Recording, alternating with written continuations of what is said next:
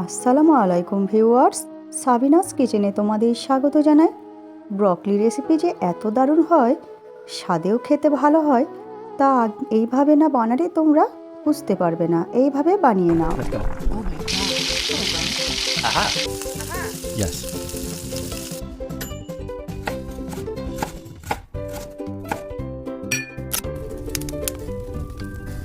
Wow. Thank you.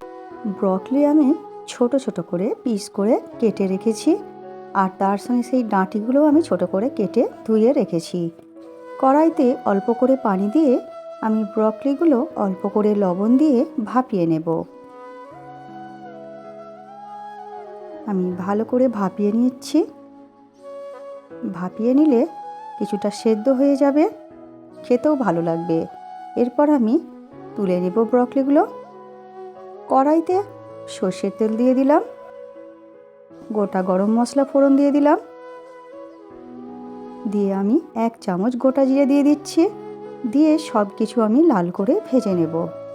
এখানে আমি পেঁয়াজ একটা বড় সাইজের ছোট ছোট করে কুচি করে দিয়ে দিচ্ছি।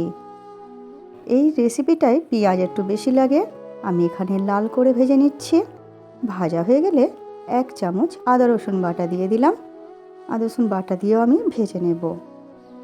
ভেজে নিয়ে আমি এখানে 2টো টমেটো আমি ছোট ছোট করে কুচি করে দিয়ে দিচ্ছি।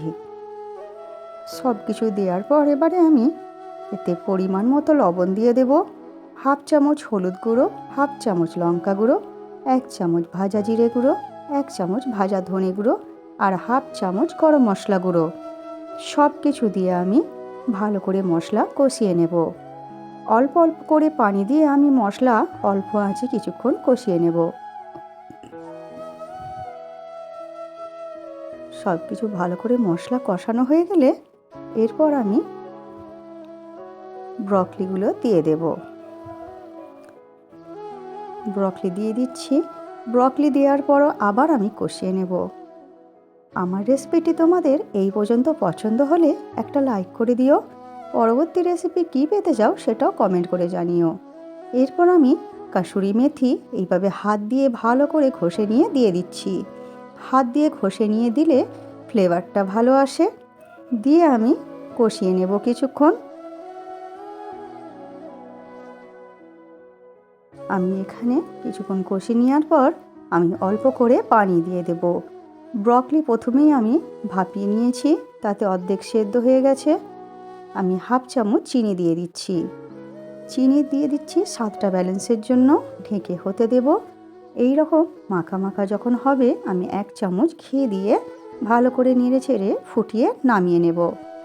আমার রেসিপিটি তোমাদের কেমন লাগলো কমেন্ট করে জানিও। ভালো লাগলে বন্ধুবান্ধবের মাঝেও শেয়ার করে দিও।